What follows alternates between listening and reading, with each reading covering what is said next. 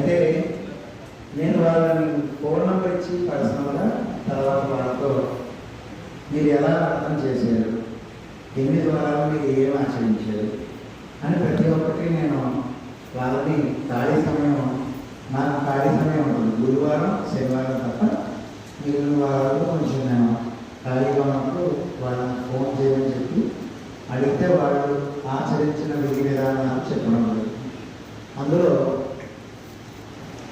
ఇందులో రాసిన నేను పాంప్లెట్ తయారు చేశాను కదా, ఇందులో రాసినట్టు చేయలేదు వాళ్ళు. కొంతమంది చేస్తున్నా కూడా అవ్వలేదు, అది కొంచెం కర్మఫలం.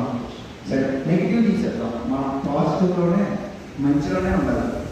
కాబట్టి ఎంతోమంది ఆచరించి ఇందులో ఉన్న విధంగా ఆచరించి కోరికలు తీర్చుకోవడం లేదంటే సమస్యల నుంచి బయటపడడం జరిగింది.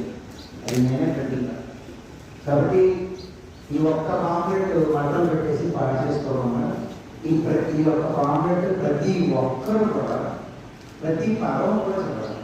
ఎందుకంటే పౌరులలో నేను ఇది విధానాన్ని చెప్పుకుంటూ పోతాను, ముడకబెట్టు చెప్పలేదు.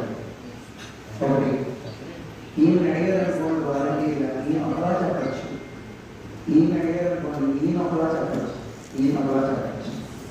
అంటే లేకుండా ఈ నియమాలు నిబంధనలన్నీ కూడా కేవలం వెనక ముందు చూడంతో చూసారండి. ముందు వ్రతం మొదలు పెట్టే వాళ్ళకి చాలా సందేహాలు ఉంటాయి.